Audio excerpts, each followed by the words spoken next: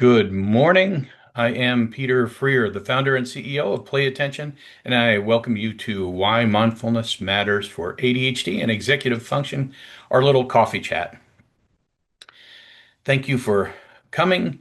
If you attended my previous webinar, which was on Tuesday, we talked about several different things. I'll address a little bit of that as we move forward, and then why ADHD and executive function are so important and how mindfulness affects ADHD and executive function.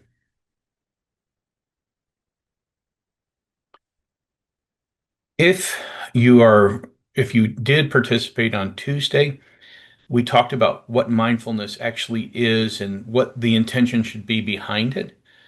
It's the being engaged in the current moment, giving everything that you have to the current moment, which is not the way we commonly live, right? We normally do not do that. We don't have true presence in the moment. And I'm going to do something that I normally don't do, but I'm going to do it right now. All right. So this is us on a daily basis. We juggle, right? We are doing two, three, four things at one time, thinking that, there's importance to doing that. But let's just as a matter of curiosity, if you would be so kind, if this is you and you're doing this, right? Can you just type in the chat box? Type in and let me know what you're doing right now. Are you on TikTok? Are you on Facebook? Are you checking your email? Can you do that? All right. Silvana said she's working. Kate says she's looking at TikTok at the same time.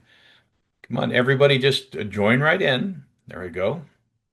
Helen says she's working. Ben says I've glanced at my email and work. Sandra says I'm drinking coffee in a cafe. That's coffee break. That's good. Denise said, I'm sitting here listening to you. That's good. All right, we've got a slew of them coming in, but that's all good. I'm drinking coffee. Aliana, Efren, I'm having a coffee. Catherine says listening. Maya says listening. Darren says I'm focused on you only. Okay, perfect, perfect. I'll stop there. Thank you so much.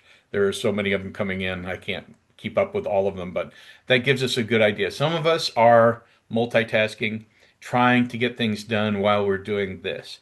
And even John says, I'm checking messages, text messages about a friend in the hospital. So this is not mindfulness. When you're multitasking, it is not being mindful. I'm going to give you a small parable that affected me greatly when I heard it. I'm a martial arts instructor. I hold an eighth degree black belt. Um, done martial arts since I was 10 years old.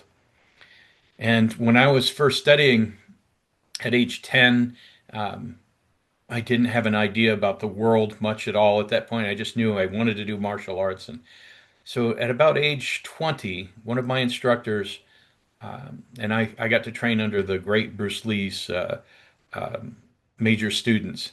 But one of the instructors actually told me about a parable, which was really interesting, and that this lad who wanted to start martial arts in China, ancient China, went to an old master and said, I want to learn everything you have. The old master said, terrific, let's sit down and have some tea and talk. And so the teacups came to the table, and the master had a teapot there by one of the other students, brought by one of the other students. And the master said, what do you want to learn? And he said, well, I want to learn this. And the master said, very good. We will do this and we'll do this. And the student goes, oh, I know all of that. I want to do this. And the instructor said, yeah, I can help you with that. I'll teach you this and this. He goes, oh, I already can do that. And so the master looked at him and said, is there something else? He goes, well, yeah, I want to do this and this. And the master said, well, I can help you do this and teach you this. And the student said, well, I'm pretty sure I could already do that. So the master said, well, let's have some tea. And he began to pour into the student's cup. And when the tea got to the very rim of the cup, the master kept on pouring. And it overflowed from the cup and it went over the sides of the saucer and onto the table and then flowed off of the table. This happened so quickly, the student jumped up startled and he was appalled. He said, you almost got it on my robes, my beautiful robes here. And the master said, "Oh, I'm sorry. But you know, the usefulness in the teacup is in its emptiness. You can't taste my tea until you empty your cup." So this is important when you're listening to anyone else, whether it's me in a webinar or anyone else, is to be in the moment, not comparing, not arguing, not talk, just in the present moment, listening. Because if you do that, you're going to hear the truth of the matter or the falseness of the matter. You'll hear it. But you can't do it while you're doing other things or comparing or have to have this or do that. And you already know all this and all that. So this is something that I try to practice every day to empty that cup and listen. And I hope you'll do the same today. This is mindfulness. This is actually what mindfulness consists of, emptying your cup. There are benefits to mindfulness, right? It can decrease your stress. It's been shown in studies. Now, everything that I'll cite here is not just me talking. Everything that I cite here has been essentially documented by the National Institutes of Health. Matter of fact, a good friend of mine works at the National Institutes of Health, and she is a specialist in mindfulness practice and meditation. So it can decrease your stress, they found, which means it could lower your blood pressure. It can improve your immune system, according to all the research that's been done, and actually help um, you even be able to have better sleep.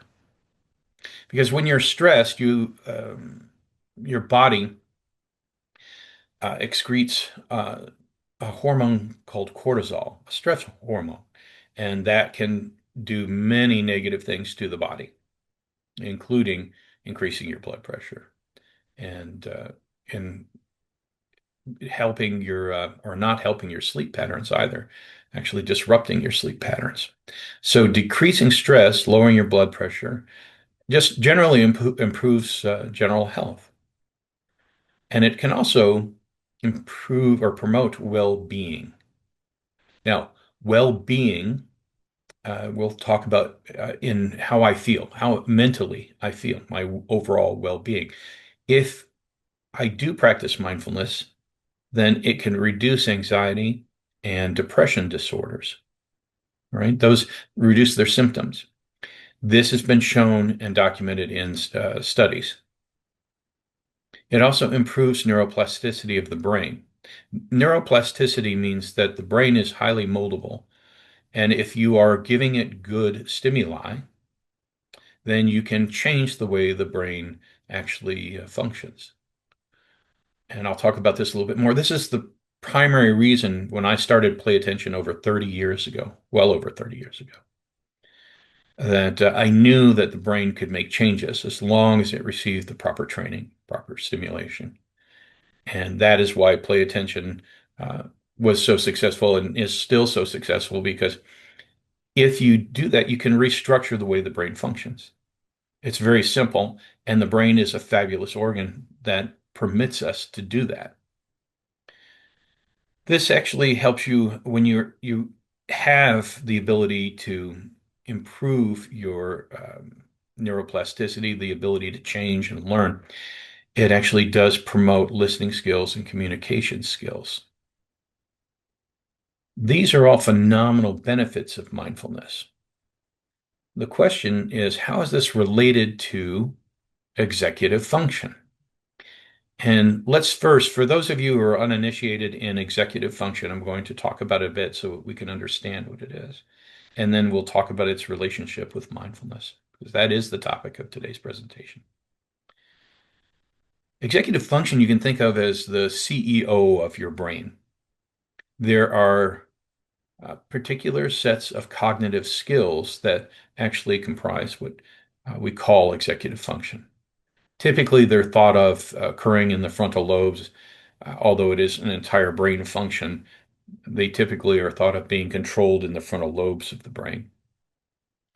And these executive functions, these skills are, and this is just a partial list, not a full list, partial list of working memory is one. If you've ever tried to remember a phone number and while you're scrambling to get a pad to write it down, that's working memory. Working memory means I have information in my memory at this point, and I can manipulate it. I can work with it. I can hold information, write it down, and grab other things to enable me to do all that. That's working memory. If that is underdeveloped, then we have trouble at work and we have trouble at school because we have to have information and keep it readily available to work with. Emotion regulation. If you are wondering why you particularly, or maybe your child, uh, will be triggered emotionally by something so minor, what the majority of people would contend would be trivial, and then you're triggered by it, and you have this volcanic eruption. I see this in many ADHD children, that they have this incredible eruption of emotion over the most minor thing. And it could happen anywhere. You could be in the grocery store, you could be at a restaurant in public, or you could just be at home. And all of a sudden, this outburst comes, and you're wondering internally, what in the world triggered this? That's emotion regulation. And if that is underdeveloped, you can see what happens. It disrupts everyone's life. You also have problems with mental flexibility. If you're an adult with ADHD or a child and your normal pattern or your normal schedule gets disrupted, then you go back to emotion regulation. There are outbursts. I can't manage it. I don't like it. It's just affecting me negatively, and chaos usually ensues. Self-monitoring is the ability to be introspective, to check on what my behavior is, what my emotional regulation is, that I can over have this kind of self-check on all of that. And if that is weak, then the rest of these skills usually are undermined.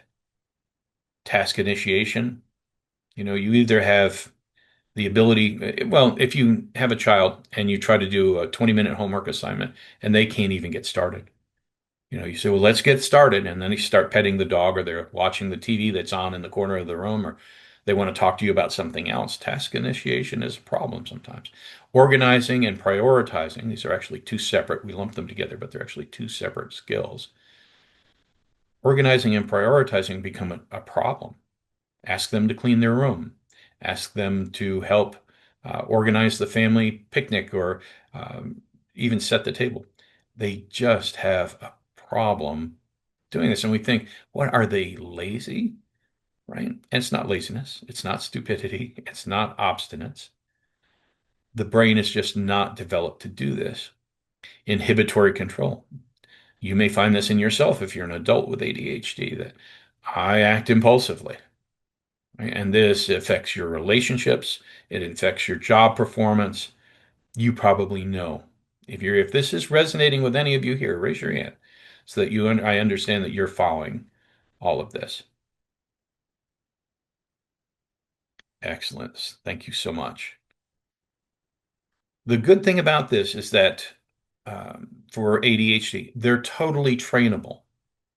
And this is exactly why I developed Play Attention many years ago. And by the way, ADHD is probably the worst name we could have given this. All right. Their attention is, attention deficit is a misnomer. It's the wrong name.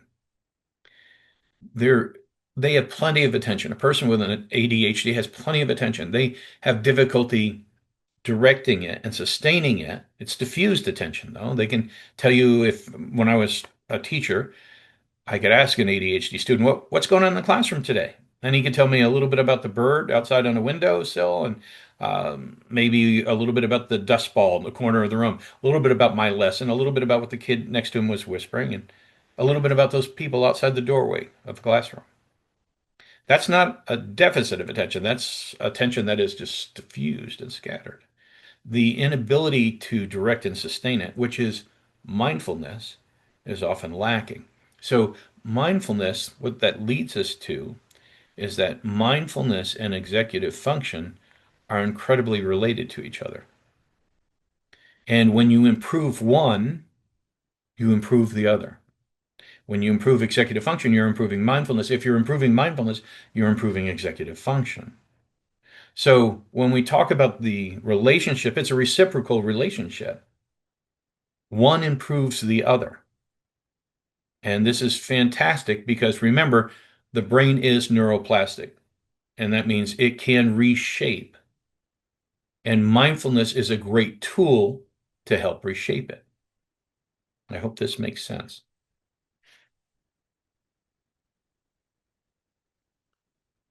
So, mindfulness improves executive function, and in contrast, or reciprocally, this executive function improves mindfulness. I mean, I hope that is pretty simple. That's why there is this close relationship between the two of them. Now, what happens when we're mindful, when we are practicing mindfulness? Here's an executive function that it improves. Studies found that mindfulness training improved working memory. All right.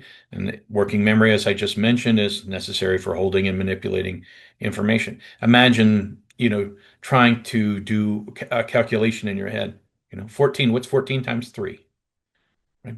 If I'm doing that calculation in my head, that's working memory. If my working memory is uh, deficit, all right, then that's going to be a problem for me.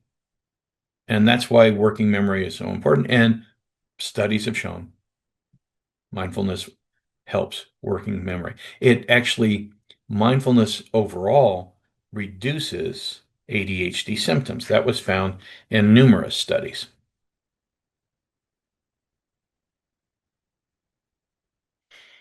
If I can self-check, if I have the ability to be introspective, pause, put the pause button on, see what I'm doing, watch what I'm doing, then I can improve my decision making. That's a fantastic benefit. Very, very important.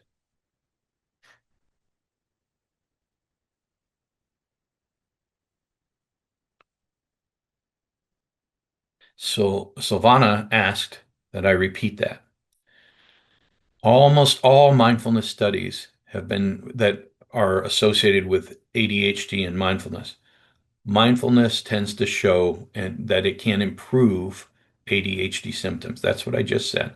And does it cure ADHD? No. Can it improve the symptoms? Yes.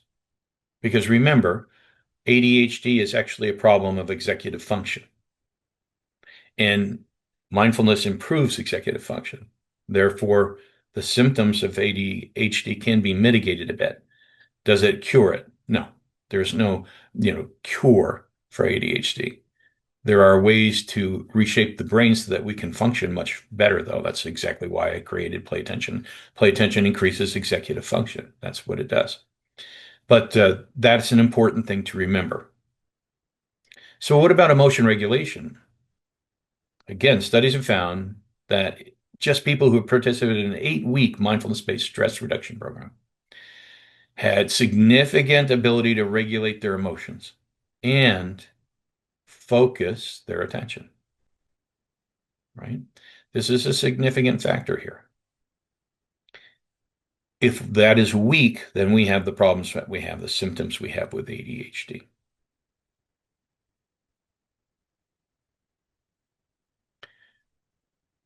All right, this is emotion regulation. Again, mindfulness helps recognize and regulate emotions, right? So if we recognize a trigger, and maybe we don't act impulsively and just yell, call out, throw a tantrum, maybe at that point we can um, use strategies that help us regulate and stay calm. This has been shown in numerous studies. So this is kind of the overall impact of what I'm saying today. There is a relationship between mindfulness and executive function. It's a reciprocal one. If mindfulness increases, executive function increases. If executive function increases, it can also facilitate your better performance of mindfulness. They're both incredibly related. And if you look at the last line here, it performed better in academic, professional, and personal settings. And that's significant.